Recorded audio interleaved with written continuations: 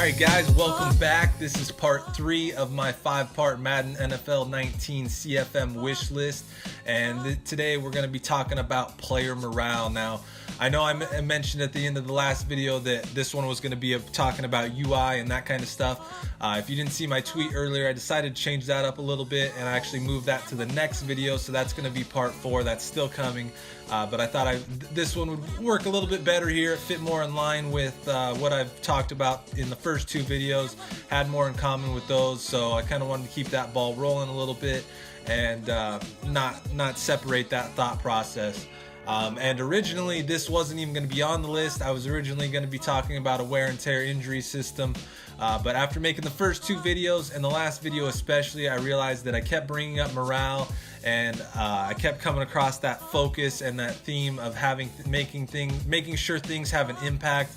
And then also, the more I thought about a wear and tear injury system, it was something that I basically came to the conclusion that looking at the way CFM is now and the plan that I've kind of laid out in the first 2 videos, that it would probably be something better for next year. You look at, like I said, CFM in its current state, there's no training camps, there's no OTAs, there's no injuries in practice.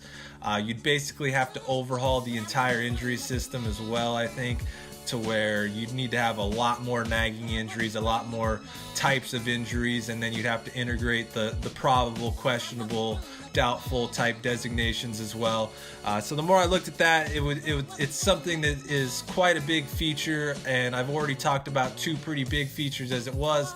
So like I said, it's just something that I figured that would be better to blow out next year than to throw in with CFM in its current state as it is right now.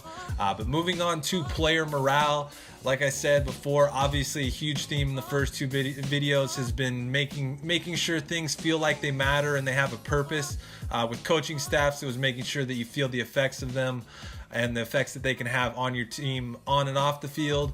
If you can't do that, then the feature largely becomes pointless, and then there's just no reason to do it or pay attention to it. And then with roster management, last episode especially, it's great to have that stuff, but again, I think it's most important to make sure that that there's depth behind those decisions and that you feel the impact of those decisions, because if you don't, then you still have that added depth there, but you're still kind of stuck with that lifeless feeling that CFM currently has. And I think player morale can help remedy getting away from that kind of feeling that is pretty common, or at least amongst my CFMs. But when I look at CFM or just franchise modes in general, I think that everything you need to do has to have that sort of possibility for a reward or a consequence, and I want to stress the word possibility there. It doesn't necessarily mean that everything has to work that way, and reward or consequence might not even be the best term. I think positive or negative reaction or cause and effect is probably the best term to use. To where when you're making decisions, you're not necessarily just making that decision and moving on, but you have to be a little bit more considerate and thoughtful when making those decisions. And when you look at how player morale plays into that, I would say virtually everywhere. It's one of those things like coaching staffs, to where it a little bit different aspect there, but it's one of those things that can touch or be affected by a lot of different things within the mode. It basically depends on how far you want to take it. A couple examples I used in the last video: 50-year options, extensions, restructures, trade block, basically any kind of roster move or decision you make over the course of a franchise. It can not only affect things on strictly a player level, but also on a team level as well. So that's just something I kind of wanted to focus on in this video. First of all, moving on to this, which is a mock-up that I created showing what player morale could look like in-game. This is from the original Connected Franchise post that I made. And so you can see there's the overall player morale, and then there's some key factors that are playing into that with the contract, the role, production, team performance, and then coaching staffs. I'm not really sure where I was going with the coaching staffs, but those first 4 are the ones that I wanted to focus on, and the main ones I wanted to hit on in the video today. But let's just get started with contract. Obviously, that's something that I think should play a role You look at something like fifth-year options, to where, like I mentioned last video, where whether you accept or decline that's something that could play into morale. You look at something like extensions and restructures, to where either it's the player coming to you in terms of an extension, and whether you decide to honor that request or not is something that could play into player morale. Also with restructures, if you're going to that player, that's something that could have a negative effect on a player as well. Players outperforming their contract, when you look at a player that might be a higher overall and not necessarily be making market value with players around the league that have a similar overall to him. Here's another mock-up. I want to focus, this is more based around free agency, but I wanted to focus on the goals and incentives down at the bottom there. If you remember NCAA football, they had, I think it was like recruiting promises. It was something along those lines, to where you could basically make promises to a recruit that might entice him more to come to your school. But if you didn't hit those promises, or didn't fulfill those promises, I'm pretty sure it had a negative effect on recruiting as a whole, because you weren't fulfilling those promises. But it's a way to keep goals within the game without necessarily having them be based around performance-based progression, which I think they absolutely need to get rid of and get away from, but that's a video for another day.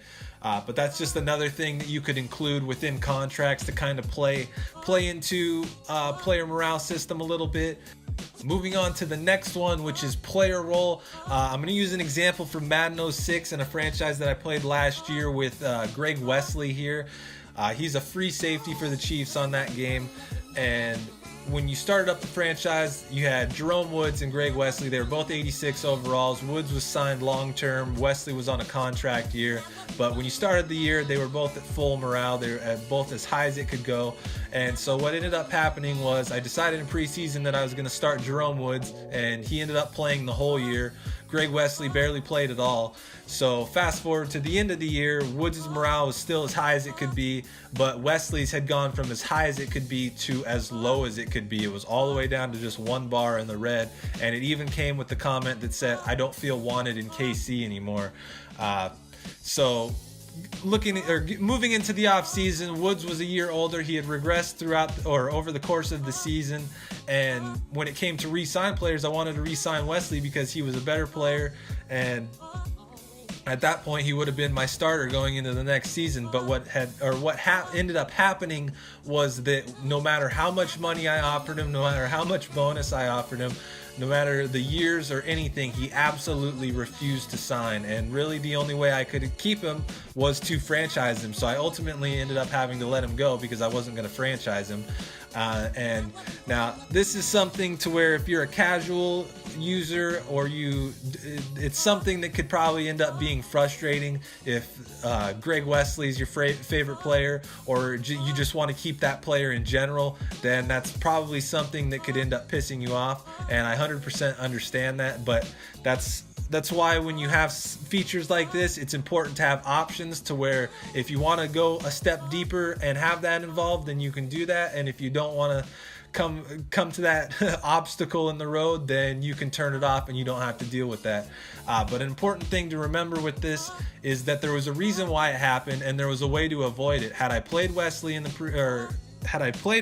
started him from the beginning, he likely would have been a lot happier to re-sign, and he probably wouldn't have been any trouble to re-sign in the end either.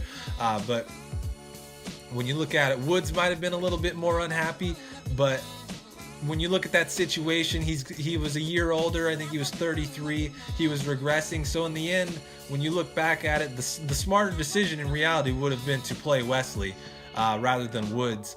But that overall dynamic is something that I think is greatly missing within CFM, and that's not just speaking to a re-signed players thing. That's just in general encompassing the entire mode of CFM, to where you don't see that really anywhere within CFM right now, to where you have that decision that you made in preseason coming back to bite you or affect you in the re-signing phase. And that's something I think CFM really needs to touch on and really needs to tap into, because that's something that adds a lot of life and can add some storylines to the mode as well. But moving on to production, pretty self-explanatory here. This is kind of the same thing as role, but from a little bit different aspect. With the Wesley example, the reason why he was upset was simply he wasn't playing at all. But to use like a number one receiver as an example, to where he is starting and he is playing every week, but let's say over the course of a season or a couple seasons, he's only getting 40 or so catches a season. And then you compare that to other number one receivers around the league who are getting 80, 90, 100 catches.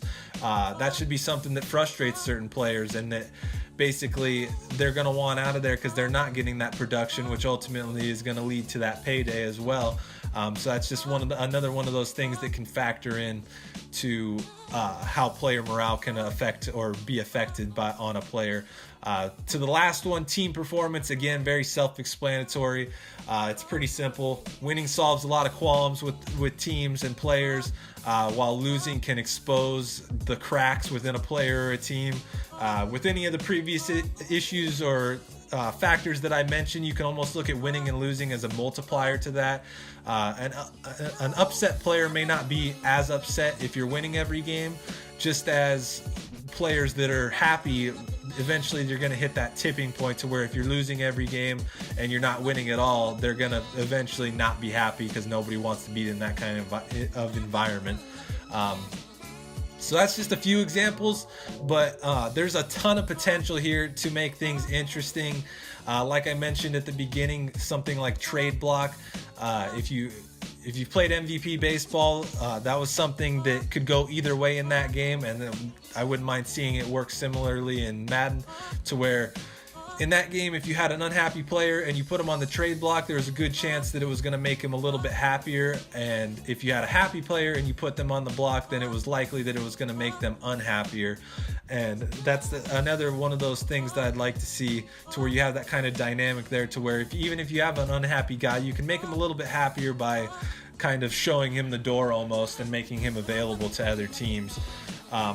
But another thing I wanted to focus on as well was the free agency, and then like I mentioned kind of with the trades and the draft, I want to hit on a couple examples here, real life examples. You look at the Kirk Cousins situation recently, to where you have the Redskins and they go out and get Alex Smith. Obviously from that point on, he should just be done with the team. That's something I'd like to see represented, to where you go out and you get Alex Smith, he turns into Greg Wesley, to where all of a sudden he refuses to even negotiate with you because it's obvious that his spot has been taken and that his exit has been written, basically. You look at the Eagles situation from a couple years ago, where it became evident that they were going to draft Carson Wentz, and after that became known, then Sam Bradford was asking for a trade. That kind of dynamic, like I mentioned, is again just something that is another facet to where your the decisions you're making are having effects within other players and other parts of your team that you might not necessarily get within CFM currently. And like I mentioned again before, these are things that can happen and deal with a specific player. They can go to a position group, or even have an effect on an entire unit, or even your whole team. Another example, let's say you're 4-4 at the trade deadline and you decide to trade away your starting quarterback for future draft picks. Your team is probably going to be like, what the hell are we doing? We got a chance to make the playoffs here and we're trading away our starting quarterback. Like, that's probably going to make some players pretty upset in certain scenarios. Another situation could be if you decide to start a certain player over another, whether it be maybe a grizzled veteran or a team captain, to where you're now all of a sudden you're starting a rookie over that player, or from a production standpoint, to where maybe your number one corner is getting torched every week and you just continue to start him week after week. That's something that could maybe end up taking its toll over time on your defensive players' morale and things like that. There's a lot of layers to work with, and there's a ton of things available here to work with. And you look at all these different elements and dynamics that are in play, but they aren't really considered or even represented within CFM. And I think that's a huge missed opportunity when you look at something like this, for not only a lot of life within the mode, but to also be able to get a lot of storylines from that kind of stuff that you wouldn't normally be getting. Like I mentioned before, the point I'm always trying to drive home is that you want these decisions to matter, and you want those decisions to not feel so binary, so that it makes them feel more important, and at least like they have the potential of meaning something, not only short term but also down the line. So it's not just make this decision and then that's the last thing that you have to do with that decision from that point on. Not only that, but when you get into this kind of thing, it's the type of thing that can change the outlook and outcome of decisions as well, so that you're not necessarily you might start one season and you might do something to where one player asks for a certain amount of money, and then you start another season and then you do something differently that in turn makes that player start or ask for more money. And so you constantly have these different elements that can be more dynamic based on the decisions that you're making and the things that are happening with your team over the course of a season. This is something that you can expand to affecting on the field as well. I would stay away from boosts. The way I look at it is that just because a player's happy or is in a good situation, that isn't something that I think should necessarily make them better. But oddly enough, I'm all for attribute penalties for unhappy players. I think that's a good way to represent that, whether it be a player being lazy or not preparing properly, however you want to try to explain that. I think it's just easier to justify penalties for ratings with an unhappy player than it is to justify boosts for a happy player. And just overall, boosts are something that I just don't really like the idea of, and I kind of want to stay away from. But like I said, all in all, the point that I'm constantly trying to drive home is just having the possibility of these things happening. You don't want every decision you make to have a reaction, because then it just seems staged, and it's like, just because I sign an undrafted kicker in preseason doesn't mean that my starting kicker or the kicker that I have should all of a sudden be demanding a trade. It's like this isn't something that needs to affect every single decision, but if you're making big changes or you're making big decisions, then those decisions should have an effect on your team and on those players that are involved in those decisions. And I think the most interesting aspect of this is that ability to have decisions and the factors within those have short-term and long-term implications based on how you decide to play and how you decide to make your decisions. You could have situations to where if you keep players happy and you treat them well and you basically keep that morale high, then your team becomes a more desirable destination for free agents and for even potential re-signees. To where if you're constantly making players upset and you're pissing them off and frustrating players, then you become a less desirable destination. So it's almost like a game within a game, to where you're making all these smaller decisions, but there's also a bigger picture at hand that you have to deal with and have to take into consideration.